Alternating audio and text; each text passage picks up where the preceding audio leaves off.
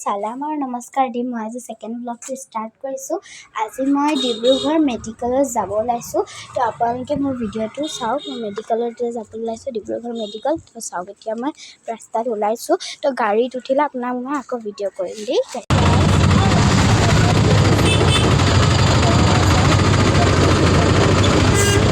তো এতিয়া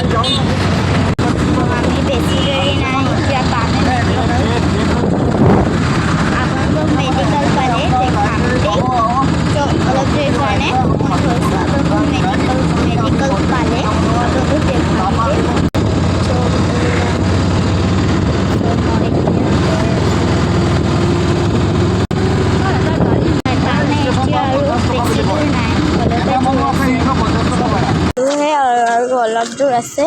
এতিয়া অট'ৱালাটোৰ পৰা মই মেডিকেলৰ পৰা এতিয়া মেডিকেল পামহে আৰু খোজকাঢ়ি গৈ আছোঁ।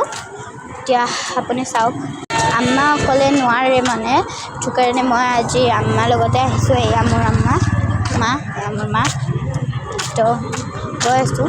আৰু মোৰ ভিডিঅ'টো যদি চাই মেলি আপোনালোকক ভাল লাগে, লাইক আৰু ছাবস্ক্ৰাইব কৰিয়ে যাব, বেয়া মানে নকৰাকৈ নাযাব।